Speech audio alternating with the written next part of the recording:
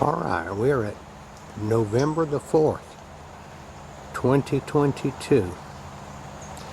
And we are in the place where I hunt. I told you it was an urban type property. You may be able to hear the cars going by out there on the highway. The highway is probably a quarter of a mile from here. Let me show you my deer stand, deer blind, and I'm going to show you why I put it here. Always seen deer here, but here's it's known as a buck scrape, buck deer. He's hit it recently, probably last night, so he's still in here. So we've been putting corn on the ground. We've been spreading it out with that solo seed spreader to get a good, and they're picking it up here every night. Okay, and here's we can drive this close to it right here. Alright, show you my Texas tripod stand that's over here. And come on, tripod stand. There's the Texas tripod stand right there. You notice it's kind of up in the branches a little bit between some trees. Now, this is the one I've already killed a doe out of that very stand right there. And it's not far from my other blind. I'm taking this Texas tripod stand down and moving it to another location because I built another stand in here. I'm going to show you that one. It's right there. Come on, get closer now. Okay, now this is close. This is crossbow distance from all the activity in here where the deer come through and eat the corn that I've spread out. I'll go over there and show you this thing. Okay, watch my videos. You know we have a Woodmizer sawmill, and we have lots of these slabs that are waste material for us. So I thought, well, why not make a deer blind out of it? And I sat in it last night, and I was pretty happy with how it seemed like if a deer had come by, I'd have stood a good chance of ambushing him from here. Of course, it depends on the wind and all. I'm going to show you how this is made. I just drove some treated, I got some treated 2x4s, and I split them in half and sharpened it with a hatchet, drove it in the ground, and basically screwed all this together. This was probably done for less than $5. The only thing we had in it was the screws. Got an old chair back in there. There's my crossbow. I feel like that this is gonna work. And over here I just fixed a place where I could walk in. And also, now I'm in a thicket here. Back behind me is a bunch of, I don't know what it is. It's a thicket though, and they ain't not gonna see me, and they're not gonna walk through there. If I move around a lot, they might, but just to go in here and show you now what it's like in here. And that's pretty much what it looks like in here. And I can see the top board is above my head, so the only way they can see me is through the crack if I'll be still, and I do wear a face mask.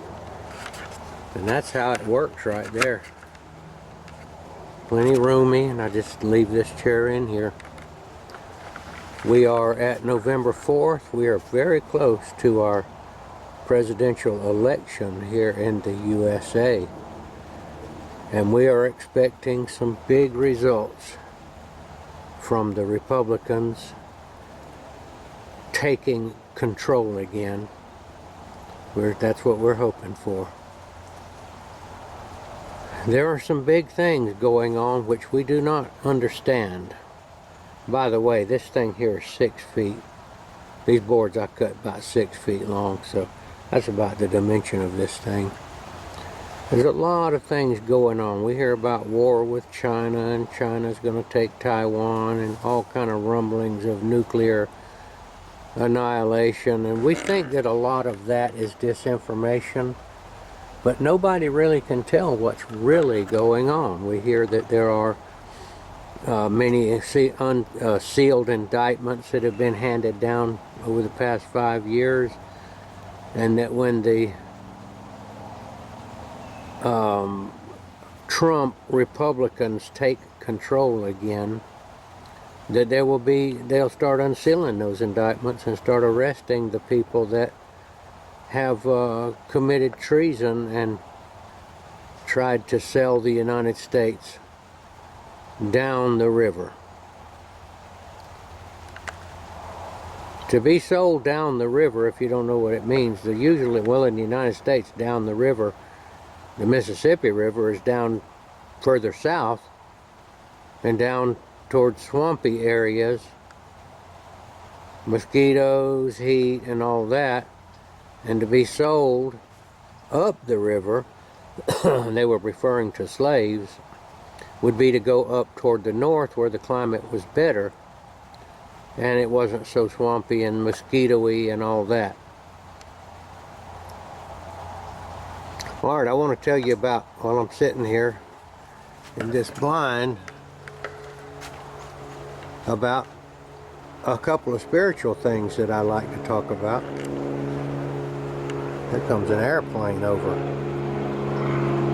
I'll have to wait for that. I won't be able to be heard. This is a typical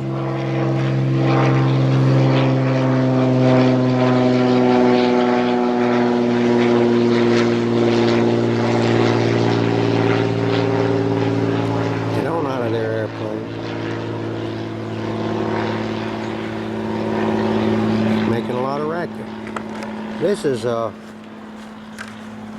this area right here is not real near any rivers. It's an upland type South Georgia area. What this is an old field. This place here was an agricultural field probably 50 or 60, 70 years ago. It was abandoned and now it's grown up in all of this hardwood and some pine. A lot of live oaks in here. That's a live oak tree right there. That's a live oak tree out there. They drop very nice acorns, the deer like. But anyway, back to the spiritual side. My mission is to declare the name of Yeshua before men. Yeshua the Messiah. He's known popularly as Jesus Christ, but his Hebrew name was Yeshua the Messiah. Now Yeshua claimed to have the power over life and death. He claimed to be able to raise people from the dead and give them eternal life. Now, whether or not he could really do that, nobody can prove or disprove. He said he could, and he offered that to anybody out there that would have it. And the way to have it was to believe that he was the Messiah and that he came to give us eternal life. It can't be done by anything that we do in the way of works. No, you cannot work your way into heaven. I'd like you to check this out in the Bible. It will be in the New Testament. The books of Matthew, Mark, Luke, and John will tell you what Yeshua said about the subject of eternal life. If that sounds interesting, if you'd like to inform yourself about that, you need to go to the Bible and read it for yourself and make up your mind. I can't prove to you whether Yeshua, Jesus, could give eternal life. It can't be proven. Matter of fact, we can't even prove that there is a spirit world, a life beyond this life. But we know that it has been claimed. So this is Gardner Israel from the Deer Woods, and I'd like you to check this out. And I will keep you informed about this stand and the Texas tripod stand, and I keep trying to get these deer to walk up to me and shoot them with a crossbow. Take them to the house and process them for the food for our family. Signing off.